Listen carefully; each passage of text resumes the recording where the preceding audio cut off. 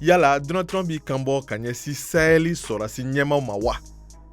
Bɔlɔlɔ forobakumayɔrɔw kan dantigɛlikan dɔ carilen bɛ kosɛbɛ mun bɛ a fɔ ko Donald Trump b'i kanbɔ ka ɲɛsin Sahel sɔrɔdasi nyèmaaw ma ko ale tɛ danfarali kɛ binganikɛlaw minnu bɛ jagokɛlaw ka nafolo daraki u la ani farafina sɔrɔdasiw cɛ minnu bɛ dankari u ka jamana jɔsenw na wa ko États-Unis ka dɛmɛ tɛna di o maa ninnu ma. O dantigɛlikan carila kosɛbɛ wa bɔlɔlɔ forobakumayɔrɔ X kan a carilan ye fo siɲɛ 28 ni kunnafoni ninnu fara ɲɔgɔn kan waati.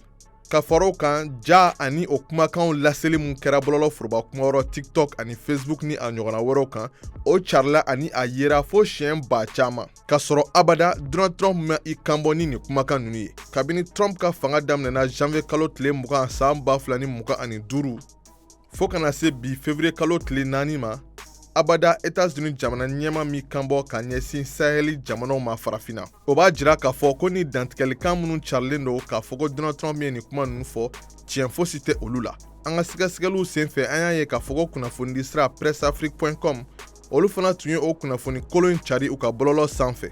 VOA banbara ye wele sama o kunnafonidiso ɲɛma ma walasa ka se k'a dɔn u ye o kunnafoni jujɔn yɛrɛ bɔ yɔrɔ min na. U ye a pereperela tigɛ k'a fɔ k'olu tun ye a cari ka bɔ bɔlɔlɔ forobakumayɔrɔ kan k'a sɔrɔ u ma a sɛgɛsɛgɛ ko ɲuman.